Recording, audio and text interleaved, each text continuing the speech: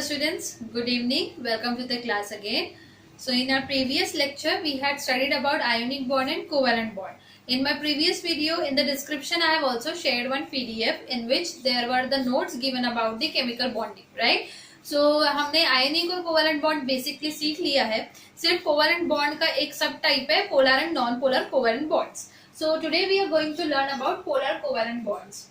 As we know that कि जब कोई दो एटम कंबाइन होते हैं by sharing of their electrons, ठीक है, तो इसमें क्या हुआ है बेसिकली हाइड्रोजन इस तरीके से दोनों हाइड्रोजन ऑक्सीजन को कंबाइंड है ना. तो हाइड्रोजन का एक इलेक्ट्रॉन दोनों भी और ऑक्सीजन का एक एक शेयर हुआ है तो सिंगल कोवेलेंट बॉन्ड बना है और बाकी 4 इलेक्ट्रॉन्स यहाँ पे ऑक्सीजन के पास फ्री पड़े हैं because oxygen has total 6 electrons in its outermost shell. तो कोवेलेंट बॉन्ड बनाते समय हमेशा हम सिर्फ आउटर मोस्ट शेल के इलेक्ट्रॉन्स शो करते हैं, ठीक है. अब जो बच्चों ने होमवर्क ट्राई किया था वेरी गुड, बहुत अच्छे से आप लोगों ने आयोनिक कंपाउंड्स के मुझे शेयर किए थे बना के वहां पे एलिमेंट्स. अब कोवेलेंट बॉन्ड का भी आपको ऐसे ही CO2 का मैंने बनाने बोला था और सल्फर की एसिड रिंग, सल्फर का एसिड मॉलिक्यूल होता है तो सल्फर सल्फर एक दूसरे को जुड़ के एक रिंग बनता है, ठीक है. तो ये आप बनाने की कोशिश जरूर करें. Okay, coming back to H2O. अब यहाँ पे मेरे पास हाइड्रोजन है और यहाँ पे मेरे पास ऑक्सीजन है. हमने देखा था कि लाइनस पॉलिंग की एक स्केल ऑफ इलेक्ट्रोनेगेटिविटी होती है जिसमें एलिमेंट्स को अपनी अपनी कुछ इलेक्ट्रोनेगेटिव वैल्यू दी हुई है. So what is electronegativity? Electronegativity क्या होता है? Tendency to pull electrons from the bonded pair. अब बॉन्डेड पेयर में से कितने इलेक्ट्रॉन्स को पुल करता है अपनी तरफ, कितने जोर से, कितने पावर के साथ, उस पावर को हम बोलते हैं इलेक्ट्रोनेगेटिविटी ऑफ दैट एलिमेंट. हमको पता है ऑक्सीजन ज्यादा इलेक्ट्रोनेगेटिव है, इसकी इलेक्ट्रोनेगेटिविटी अप्रोक्स 3.5 है और हाइड्रोजन की इलेक्ट्रोनेगेटिविटी जो है ये अप्रोक्स 1.8 है, ठीक है, 1.8. तो इनकी इलेक्ट्रोनेगेटिविटी में ठीक ठाक अच्छा खासा डिफरेंस है. तो ऑक्सीजन ये shared pair of electrons equidistant आके इस तरीके से ऑक्सीजन है सपोज और यहाँ पे एक हाइड्रोजन दूसरा हाइड्रोजन, तो ये शेयर्ड पेयर ऑफ इलेक्ट्रॉन्स जो है ये equidistant from both the nuclei है. पर ऑक्सीजन का nucleus still in shared pair of electron को अपनी तरफ थोड़ा सा इंक्लाइन कर रहा है क्योंकि वो ज्यादा इलेक्ट्रोनेगेटिव है. प्लस ऑक्सीजन के पास जो फ्री इलेक्ट्रॉन्स है इसकी वजह से भी यहाँ पे कुछ negative partial negative charge generate हो रहा है. तो ऑक्सीजन के ऊपर आता है कुछ partial negative charge which is represented by -2 और इसके रेफरेंस में, इसके कंपैरिजन में ये क्या हो गया, lesser electronegative element will become partially positively charge, तो +2. अब मेरे पास क्या हो गया, यहाँ पे एक नेगेटिव चार्ज आ गया, एक पॉजिटिव चार्ज आ गया, तो 2 पोल बन गए, ठीक है, डाइपोल. ओके, इसलिए इस तरह की सब्सटेंस को बोला जाता है polar substance. Okay, so water is a polar substance which has 2 poles in it, एक नेगेटिव एक पॉजिटिव. नेगेटिव पोल आता है हमारा ऑक्सीजन की तरफ, पॉजिटिव पोल आता है हमारा हाइड्रोजन की तरफ. वैसे ही अगर हम HCl की बात करते हैं, HCl H single bond Cl, right.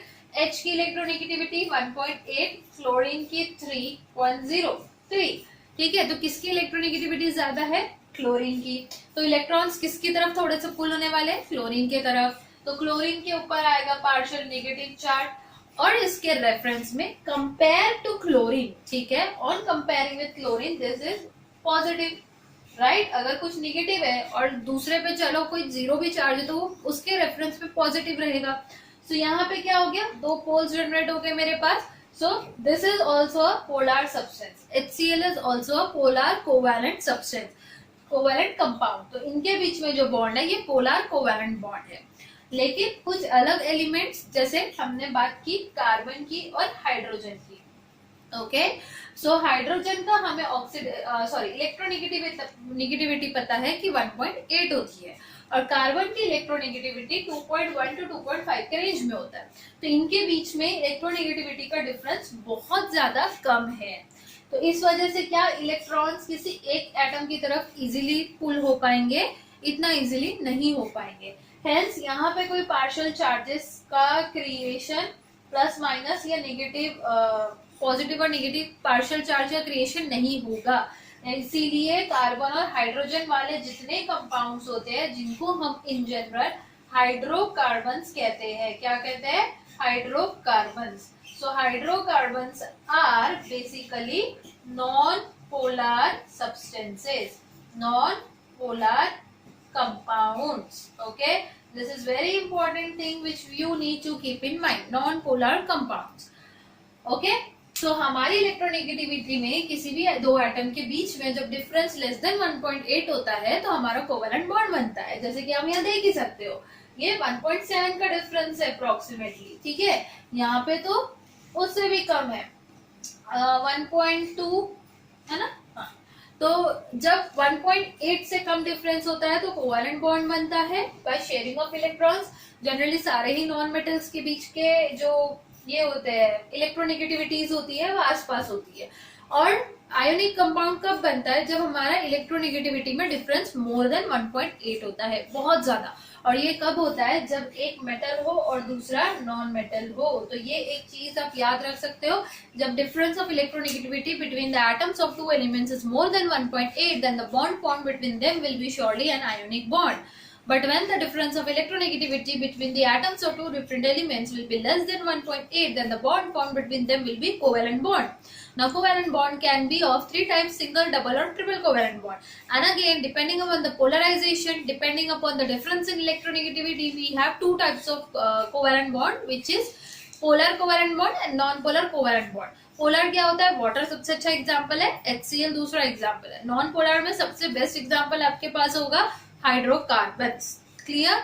So this is everything about chemical bonding. अब आपको आई होप क्लियर हो गया होगा कि इलेक्ट्रॉन्स के आने जाने से या शेयर होने से बॉन्ड्स बनते हैं. फाइन. तो इलेक्ट्रॉन जब जाता है तो पॉजिटिवली चार्ज कटायन बनता है, और इलेक्ट्रॉन जब आता है तो नेगेटिवली चार्ज अनायन बनता है. ठीक है, तो इलेक्ट्रॉन्स आता है तो चार्ज नेगेटिव होता है, इलेक्ट्रॉन जाता है तो चार्ज पॉजिटिव होता है, चार्ज बढ़ता है. ये चीज को आप नोट करके कहीं लिख के रख लो, अपने माइंड में बिठा लो. ठीक है, जब इलेक्ट्रॉन जाता है तो कटायन चार्ज बढ़ता है, इलेक्ट्रॉन आता है तो चार्ज कम होता है. क्लियर? नेगेटिव चार्ज आता है.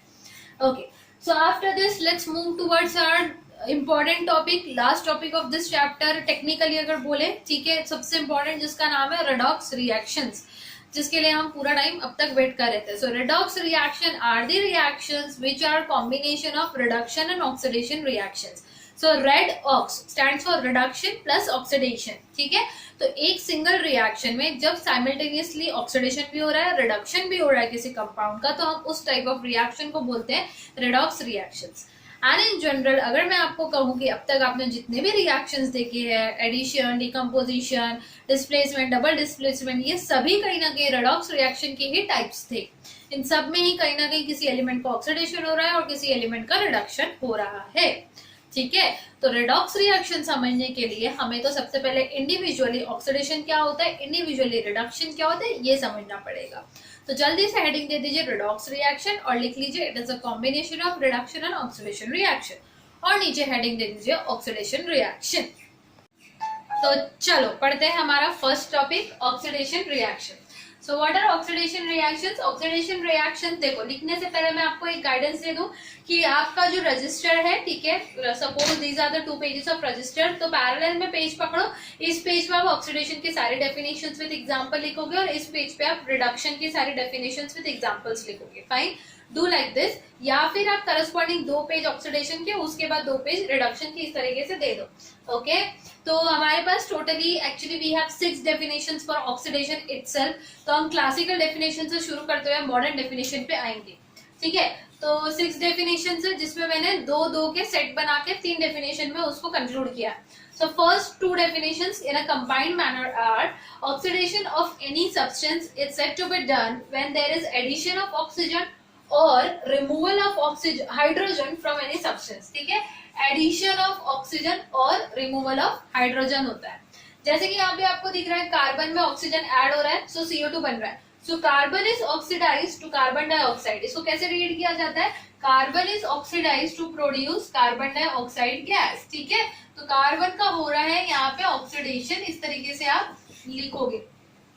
वैसे यहाँ पे magnesium is oxidised to magnesium oxide, क्या लिखोगे? Magnesium is oxidised to magnesium oxide. So magnesium is getting added with the oxygen. Oxygen is getting added to magnesium to form magnesium oxide.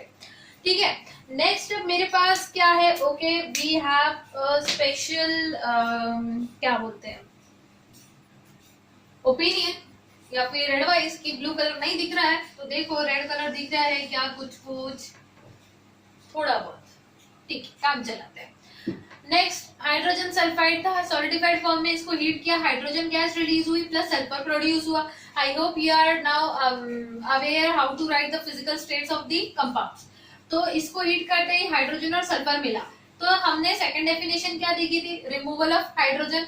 तो hydrogen sulphide में से जब hydrogen remove होता है तो क्या बन रहा है आपके पास, क्या बन रहा है, हाइड्रोजन रिमूव होने के बाद हाइड्रोजन बन रहा है क्या, सल्फर बन रहा है, right. So hydrogen sulphide is oxidised to produce sulphur, ठीक है, ऑक्सीडाइज, तो ऑक्सीडेशन हो रहा है किसका, हाइड्रोजन सल्फाइड का, टू प्रोड्यूस सल्फर। इसको स्टेटमेंट में कैसे पढ़ेंगे, hydrogen sulphide is oxidised to produce sulphur and hydrogen gas is released, ठीक है। लास्ट यहाँ पे हाइड्रोजन किस में से रिमूव हो रहा है, किसी में ऑक्सीजन ऐड हो रहा है क्या उधर, नहीं, हम डायरेक्टली नहीं देख सकते हैं, यहाँ पे कुछ डबल डिस्प्लेसमेंट जैसी चीज हो रही है लेकिन एग्जैक्टली डबल डिस्प्लेसमेंट भी नहीं है। तो आपको दिखेगा ये क्या है, HCl, और वहां पे कुछ अलग दिख रहा है अकेला सा बिना H के, हाँ हाँ, क्या दिख रहा है, क्लोरीन गैस दिख रही है, right. So HCl is oxidised to produce chlorine gas. तो किसका ऑक्सीडेशन हुआ है यहाँ पे, HCl का, ठीक है। किसकी वजह से हुआ है, मैग्नीज ऑक्साइड की वजह से। मैग्नीज ऑक्साइड ने इसमें से कुछ तो भी रिएक्शन करवा के क्लोरीन अलग निकलवा लिया, so it is known as oxidising agent. कौन है, मैग्नीज ऑक्साइड ऑक्सीडाइजिंग एजेंट, ठीक है। या फिर हम बोल सकते हैं इसी को ऑक्सीडेंट, क्या बोलते हैं, ऑक्सीडेंट, ठीक है। The substance which supplies oxygen or else helps to remove hydrogen from the compound which is undergoing oxidation is known as oxidizing agent or else oxidant, ठीक है। क्या हो गया, तो यहाँ पे हमारे फर्स्ट टू रिएक्शंस में कौन है ऑक्सीडाइजिंग एजेंट, मैग्नीशियम का ऑक्सीडेशन हुआ into MgO with the help of oxygen. So oxygen ही हमारा क्या है, ऑक्सीडाइजिंग एजेंट, या फिर ऑक्सीडाइजिंग एजेंट के लिए दूसरा नाम क्या है, oxidant, not Pepsodent but oxidant, ठीक है, ऑक्सीडेंट या फिर oxidising agent. This is about the first definition, first two definitions बोलना चाहिए इन द कंबाइंड फॉर्म, ठीक है। Now let's move towards our second definition. So next definition is addition of electronegative element या फिर removal of electropositive element। जैसा कि हमें पता है addition of oxygen is oxidation of any element. So oxygen क्या है, खुद में एक इलेक्ट्रोनेगेटिव एलिमेंट है, राइट। तो ऑक्सीजन या फिर कोई भी इलेक्ट्रोनेगेटिव एलिमेंट ऐड होता है तो हम बोलते हैं ऑक्सीडेशन हो रहा है। वैसे ही रिमूवल ऑफ इलेक्ट्रोपॉजिटिव मतलब कि रिमूवल ऑफ हाइड्रोजन एक इलेक्ट्रोपॉजिटिव एलिमेंट है, ऑक्सीजन के कंपेयर में हम बोल सकते हैं। तो रिमूवल ऑफ हाइड्रोजन मतलब रिमूवल ऑफ इलेक्ट्रोपॉजिटिव एलिमेंट, आप ऐसे कोरिलेट करके डेफिनेशंस को याद रख सकते हैं, ठीक है। तो यहाँ पे फेरस एक मेटल है, इलेक्ट्रोपॉजिटिव एलिमेंट है, जिसमें क्लोरीन आपका इलेक्ट्रोनेगेटिव एलिमेंट ऐड हो रहा है। तो हमारा आयरन का ऑक्सीडेशन हो रहा है to produce ferric chloride, right. यहाँ पे Cl3 है, मतलब oxidation state of iron is 3+, तो फेरिक क्लोराइड इसका नाम आएगा, फेरस नहीं आएगा। तो iron is oxidised to ferric chloride. क्यों ऑक्सीडाइज्ड हो रहा है, किसकी वजह से हो रहा है, ये क्लोरीन गैस की वजह से। Hence chlorine will be known as, क्या बोलेंगे, पेप्सोडेंट, नहीं, ऑक्सीडेंट, ठीक है। ऑक्सीडाइजिंग एजेंट या फिर ऑक्सीडेंट इसको बोलेंगे, clear.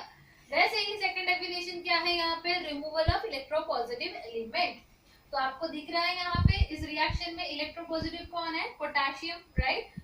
So chlorine is electronegative, तो यहाँ पे क्लोरीन एक इलेक्ट्रोनेगेटिव एलिमेंट रिमूव होकर दूसरा इलेक्ट्रोनेगेटिव एलिमेंट लग गया है, तो हम Ki और KCl में कुछ कंपैरिजन नहीं कर सकते। बट Ki में से अगर इलेक्ट्रोपॉजिटिव एलिमेंट पोटेशियम को रिमूव कर दिया और सिर्फ आयोडीन बचा तो हम बोलते हैं कि ऑक्सीडेशन हो रहा है, ठीक है। Oxidation is either addition of electronegative element और else removal of electropositive element. So here potassium is oxidized to iodine, ठीक है। इसको ऐसे लिखा जाता है इस स्टेटमेंट को, with the help of chlorine gas, right, due to the oxidising agent, या फिर आप बोलोगे ड्यू टू दी ऑक्सीडेंट, कौन, chlorine gas. Fine, so this is the way to write the statement. अब तक आपने सुन के नहीं लिखा तो एटलीस्ट अब आप देख के लिख लो। Okay, I hope you are clear with the 4 definitions of oxygen oxidation. अब जो लास्ट हमारी फाइनल सेटअप डेफिनेशन है, third one, that is very important definition, which is modern definition of oxidation, because it covers all these kind of definitions. So modern definition of oxidation क्या है हमारी? Modern definition of oxidation कहता है loss of electrons, loss of electrons is oxidation, loss of electrons is oxidation। कैसे? जब electron जाता है तो कौन सा चार्ज आता है हमारे पास? कट्टी वाला आयन कटायन बनता है, which is positively charge ion, right. क्योंकि इलेक्ट्रॉन जा रहा है तो प्रोटॉन तो अनडिस्टर्ब्ड एज इट इज, तो नेगेटिव का लॉस हो रहा है तो पॉजिटिव चार्ज का काउंट बढ़ रहा है, right. So loss of electron means increase in oxidation number, increase in oxidation state, या फिर increase in overall charge, right. तो आप यहाँ पे मुझे इसी एग्जाम्पल में देख के बताओ कि किसका चार्ज बढ़ रहा है। यहाँ पे आयरन स्टेबल न्यूट्रल अकेला एलिमेंट था, स्टेबल तो नहीं था बट न्यूट्रल मेटल के फॉर्म में था। ऑक्सीडेशन स्टेट क्या था आयरन का? 0, कुछ नहीं है मतलब 0 है, राइट। बट यहाँ पे ऑक्सीडेशन स्टेट आयरन का क्या हो गया? 3+ हुआ।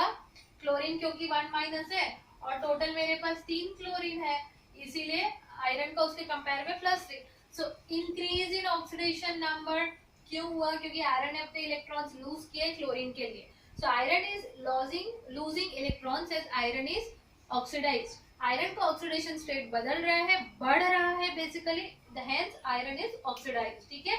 तो loss of electron, और आप बोल सकते हो increase in oxidation number, okay, ये होता है, ठीक है। तो एग्जांपल्स देख लेते हैं हम लोग कैसे होता है ऑक्सीडेशन नंबर का इंक्रीज। अगर मेरे पास ऑलरेडी कुछ नेगेटिव आयन है, ऑलरेडी कोई नेगेटिव आयन है और उसका ऑक्सीडेशन होता है तो उसका चार्ज क्या होगा? नेगेटिव है तो हो सकता है कि 0 हो जाए। ऑलरेडी अगर कुछ 0 है और उसका ऑक्सीडेशन मैंने किया तो क्या होगा? 0 का चार्ज बढ़ के पॉजिटिव हो जाएगा, राइट। तो इस तरीके से अगर हम लोग किसी अनायन के अंदर इलेक्ट्रॉन्स देते हैं, फॉर एग्जाम्पल ये देखो, अब मेरे पास सोडियम है, सोडियम ने क्या किया? लॉस ऑफ इलेक्ट्रॉन कर दिया, फाइन। सो ये क्या हो गया? Na+, चार्ज बढ़ गया, 0 से +1 हो गया। ऑलरेडी Mg+ होता, ओके, इसने और एक इलेक्ट्रॉन लूज किया और Mg2+ बना दिया, तो पॉजिटिव से और पॉजिटिव हो गया, 0 से पॉजिटिव हो गया। अगर मेरे पास Cl- आयन होता, नेगेटिव आयन, और ये हमारा इलेक्ट्रॉन लूज करता तो Cl न्यूट्रल हो जाता, अपना आया वाला टोटल एटॉमिक नंबर Cl का 17, ठीक है, 2,8,7, okay, it is not visible I guess, ठीक है, 2,8,7 एक इलेक्ट्रॉन गेन करेगा, तब जाके यहाँ पे Cl- बनेगा। अब Cl- ने ये एक्स्ट्रा आया हुआ इलेक्ट्रॉन डोनेट कर दिया और सिर्फ Cl बचा with the donation of 1 electron, ठीक है। तो सिर्फ Cl में 17 प्रोटॉन 17 इलेक्ट्रॉन, तो क्या ये न्यूट्रल है? हाँ, इसका ऑक्सीडेशन स्टेट 0, ठीक है। तो आपका ऑक्सीडेशन चार्ज क्या हो रहा है? न्यूट्रल था तो पॉजिटिव हो रहा है, पॉजिटिव है तो मोर पॉजिटिव हो रहा है, नेगेटिव है तो न्यूट्रल हो रहा है, ठीक है।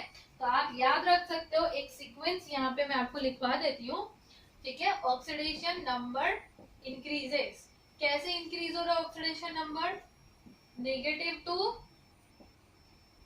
0 एंड 0 टू पॉजिटिव, ये हिंट आप याद रखो, क्लियर।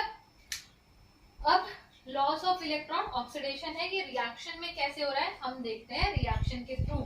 जल्दी से वापस वो MnO वाला O2 वाला रिएक्शन लिख लेंगे सभी लोग अपने नोटबुक में।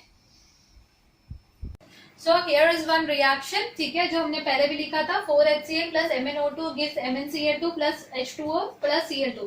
ये रिएक्शन क्यों लिया मैंने, क्योंकि यहाँ पे आपको एग्जैक्टली किसी में ऑक्सीजन ऐड होते नहीं दिख रहा है, किसी में हाइड्रोजन रिमूव होते नहीं दिख रहा है, ठीक है। तो इसको हम ऑक्सीडेशन स्टेट्स की हेल्प से समझने की कोशिश करते हैं, लॉस ऑफ इलेक्ट्रॉन की हेल्प से, ठीक है।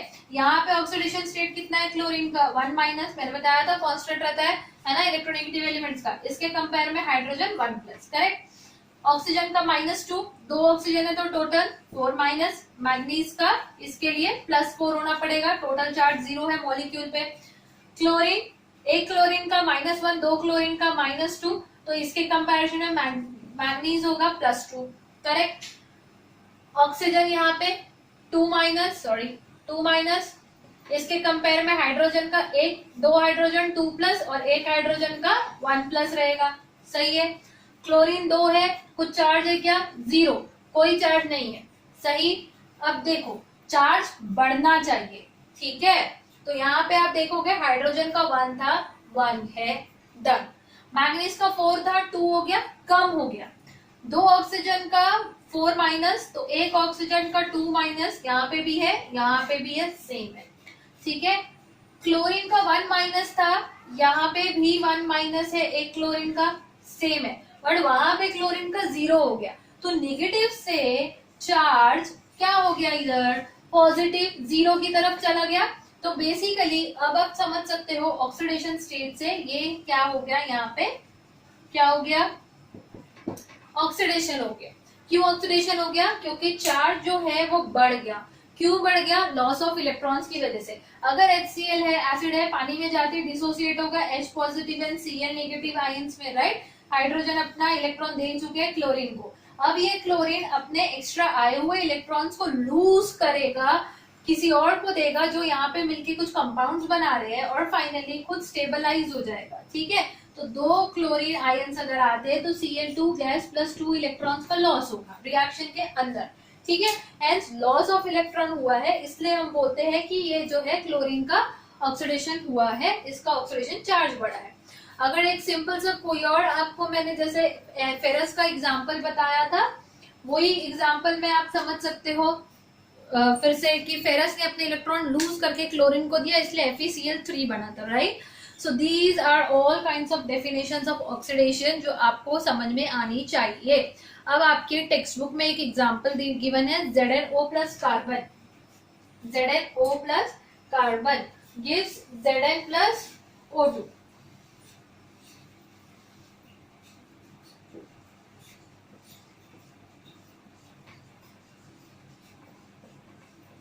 सॉरी, ठीक है। अब किसका ऑक्सीडेशन हो रहा है, यहाँ पे दिख रहा है कार्बन अकेला था, इसको ऑक्सीजन मिल गया है, सो इसका क्या हो रहा है, ऑक्सीडेशन हो रहा है, करेक्ट। देखो first definition, addition of oxygen, so carbon is oxidised into CO।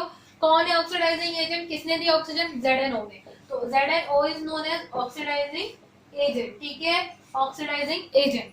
Next चीज यहाँ पे ऑब्जर्व करो, क्या होता है ऑक्सीडेशन में, addition of electronegative element, oxygen being electronegative add हुआ है, और क्या होता है इंक्रीजिंग ऑक्सीडेशन स्टेट या फिर loss of electron. Carbon neutral था, 0 चार्ज था, यहाँ पे कार्बन क्या हो गया, ऑक्सीजन -2, कार्बन का होना पड़ेगा +2, तो क्या हो गया, इंक्रीजिंग ऑक्सीडेशन स्टेट हुआ है, hence carbon is oxidised. Next क्या होता है, loss of electron, increasing state क्यों होगा, क्योंकि कार्बन ने 2 इलेक्ट्रॉन ऑक्सीजन को दिए जो उसको स्टेबल होने के लिए चाहिए थे, ठीक है, 2 इलेक्ट्रॉन दे रहा है, एक्चुअली शेयर कर रहा है बोलना चाहिए।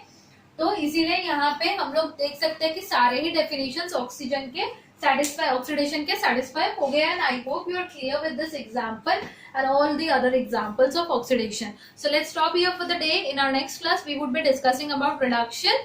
So till then keep learning, take care, learn harder, grow brighter. Bye bye.